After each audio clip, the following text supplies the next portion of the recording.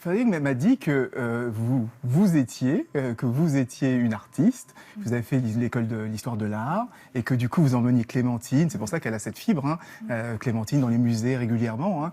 Et Clémentine vient de dire à l'instant que les jeunes aujourd'hui, ils sont intéressés par l'histoire, etc. Moi, j'ai pas la même expérience. Hein. Pour moi, les jeunes, quand on leur parle de la Renaissance, ils pensent plutôt aux jeux vidéo. Quand on leur dit allez voir, découvrir le patrimoine, ils pensent plutôt aller chasser des Pokémon dans le patrimoine français. Et alors moi, je me suis dit, mais enfin, c'est pas moi qui me l'ai suis dit, mais c'est quelque chose qui m'a toujours passé par la tête. Si on prenait les techniques du jeu vidéo, si on prenait la réalité virtuelle et qu'on appliquait ça, eh bien, à l'histoire et au patrimoine, eh bien, qu'est-ce qu'on pourrait faire? On pourrait transformer ce genre de choses, une tablette, en machine à remonter le temps dont je vous parlais tout à l'heure. Imaginez, là, je suis en train de filmer la maison, d'accord? Mais on la voit comme elle est aujourd'hui. Imaginez si dans ma petite caméra, là, je pouvais avoir la maison comme il y a 50 ans, quand c'était encore une imprimerie. Eh bien, c'est ce que permet la technologie aujourd'hui, et ça permet justement de reconstituer des faits historiques. Alors, j'en ai quelques-uns que je vous ai emmenés. Là, il faut s'imaginer que l'on est à Ouistreham, pendant la Deuxième Guerre mondiale, pendant quand les Alliés font débarquement. Et donc là, qu'est-ce qu'on a? On a un film, alors je vais vous le passer, on a un film, et on est exactement comme si on était au moment du débarquement, et avec cette petite tablette ou un téléphone portable, eh bien, on a une petite lucarne vers le passé. C'est-à-dire que quand on vise comme ça, eh bien, on revoit exactement ce qui s'est passé. Alors, ça paraît un peu complexe comme ça, mais j'ai la démo et vous allez pouvoir l'essayer vous-même. Alors, c'est une petite vidéo. Alors, vous avez le grand écran. Je vais démarrer, je vais faire play. Hop.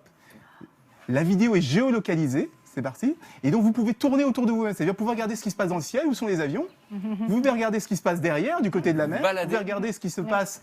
Là, on voit normalement, vous allez voir le casino à Ouistreham, c'est ce bâtiment que vous voyez là, c'est un casino aujourd'hui, et il a été détruit. On va voir que sa destruction par les chars et par les tanks. Je l'ai aussi ici pour vous, comme ça vous en avez chacun. C'est-à-dire qu'en fait, on voit ce qui se passe en face de nous, et on se balade à l'intérieur. Voilà, c'est comme une lunette, c'est comme une lucarne qui vous emmène sur le passé. Et vous voyez, alors ce qui est bien important, c'est que c'est géolocalisé. C'est-à-dire que là, on a triché un peu pour les besoins pour nos besoins ici, mais normalement, ça ne fonctionne par rapport à l'endroit où on est. Voilà, ça ne fonctionne exactement à l'endroit où on est. Et donc, quand on pointe sur le fameux casino de Ouistreham, eh bien, on le voit comme il était à l'époque. Et donc, on pourrait être dans cette maison, justement, et voir où étaient les machines d'imprimerie, où étaient les rotatives, etc. Pourquoi je trouve ça passionnant? Parce que vous qui écrivez des livres, vous qui êtes une artiste, ça permet de raconter des histoires autrement.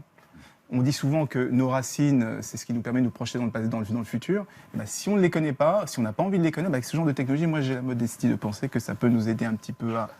Frédéric est l'incarnation de ça, parce que dans son histoire, justement, à un moment donné, elle s'était un peu coupée de ses racines, et elle était en train de briller à la télévision américaine, à la télévision française, et puis d'un coup, c'est votre passé qui rejaillit. Vous vous êtes rendu compte que vous étiez vous-même, parce que vous aviez affronté votre histoire, votre passé. C'est de ça qu'on parle finalement. En tout cas, c'est sûr qu'on ne peut pas grandir sans des racines, ça c'est certain. Là, en fait, ce qu'on est en train de dire, c'est que la technologie, dès lors qu'on choisit un bon but, qu'on l'utilise à bon escient, c'est fantastique. Donc c'est toujours la même chose, on ne va pas diaboliser des outils, c'est qu'est-ce qu'on en fait.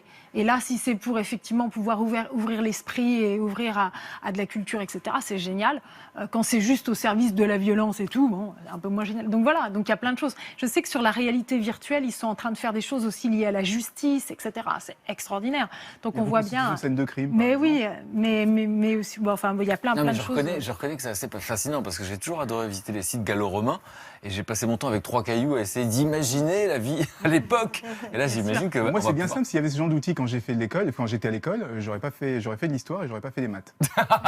C'est un scientifique. Ah ouais, moi je suis un scientifique un peu à cause de ça. J'étais obligé de m'échapper avec des chiffres et du virtuel, alors que. Mais parce que les chiffres, ça te fait rêver. C'est là où moi, ça me fait rêver. On peut construire n'importe quel monde avec des chiffres. La preuve.